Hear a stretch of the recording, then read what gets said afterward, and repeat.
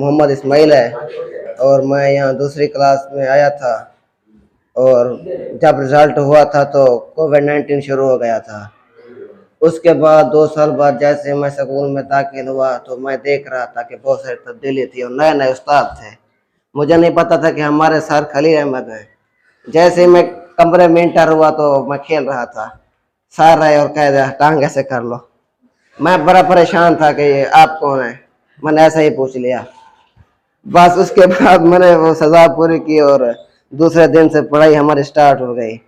اس کے بعد ہوا یوں کہ ہماری کلاس نے بہت سارا گرو کیا اور باہر تک بھی الحمدللہ ہماری کلاس کا نام گیا۔ پڑھائی کے ساتھ ساتھ تعداد بھی گرو ہوئی کافی حد تک، اور اس میں ایک ٹاپ 10 سسٹم بنا جس میں بہت سارے انعامات تھے، اور ہمیں ہر منتھ ایک نیا بچہ دیکھنے کو ملتا تھا کہ وہ جو ٹاپ 10 میں ہے نا ایک نئی پوزیشن حاصل کرتا تھا، اور اسی طرح سے یہ سسٹم چل پڑا۔ اور یہاں تک کہ ہیڈ ماسٹر ہر کلاس استاد ہماری کلاس ایک نمبر 1 کلاس بنی پورے سکول کے، اور باہر سے بہت سارے بچے آئے اور الحمدللہ ان میں سے بہت ساروں نے گرو بھی کیا ہے اور آج ہم سے بھی آگے ہیں اور ٹاپ پر ہیں۔